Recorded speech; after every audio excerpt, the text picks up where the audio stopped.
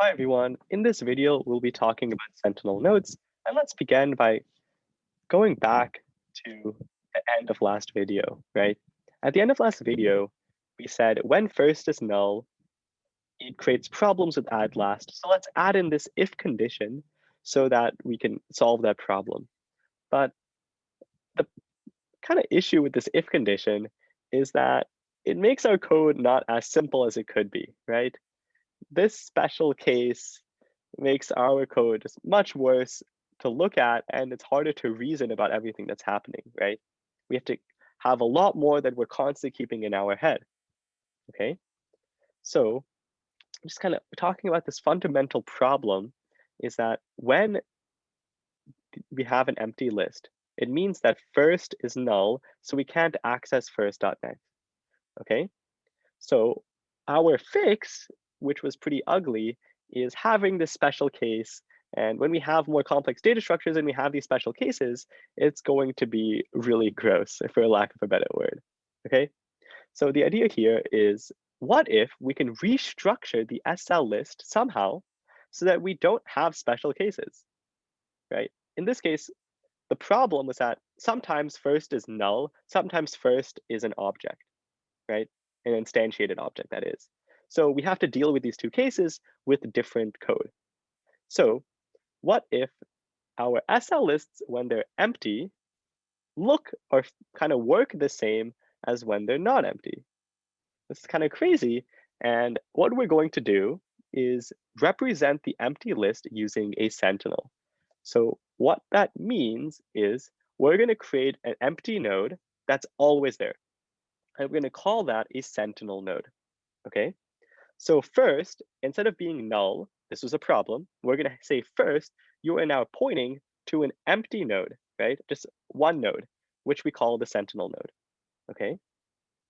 So if we ever have a list with three numbers, what that looks like is first comes the Sentinel node, and then comes the numbers 5, 10, and 15, okay?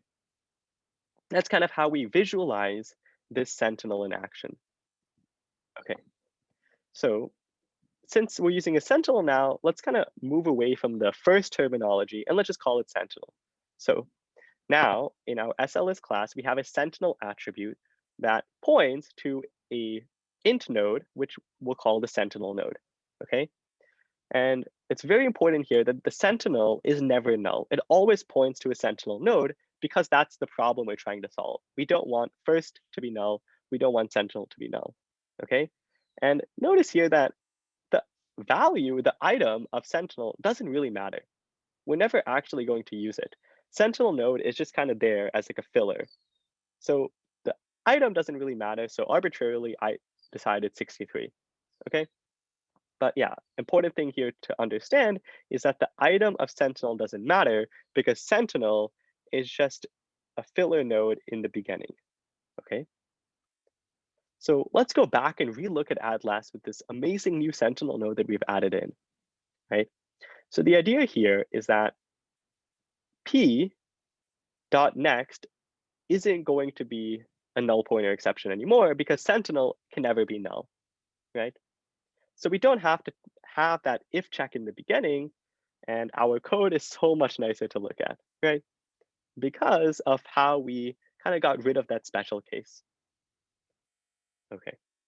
So the last thing before we end this video is let's talk about invariants. And this is an idea going forward in the class. It'll keep coming up. And I think students oftentimes, the first time they hear it, didn't really know what an invariant is. So let's try to understand it here. An invariant is a condition that's guaranteed to be true in our code. Okay. So if we have a data structure, it's nice to list following invariants. And if we guarantee these to be true, it makes our life as a programmer much easier to reason about what's happening, okay? So that's the main idea behind an invariant. So let's see some invariants of the Sentinel node. So one invariant, this is a very, very powerful invariant, is that the Sentinel reference always points to a Sentinel node. In other words, the Sentinel reference will never be null. So this invariant allows us to never have to put in null checks in our code.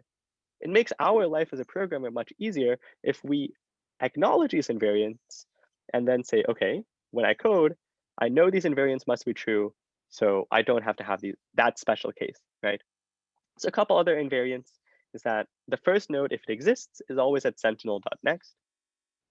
And the last one is the size variable is always the total number of elements that have been added, right? These invariants allow our life to be much easier as a programmer.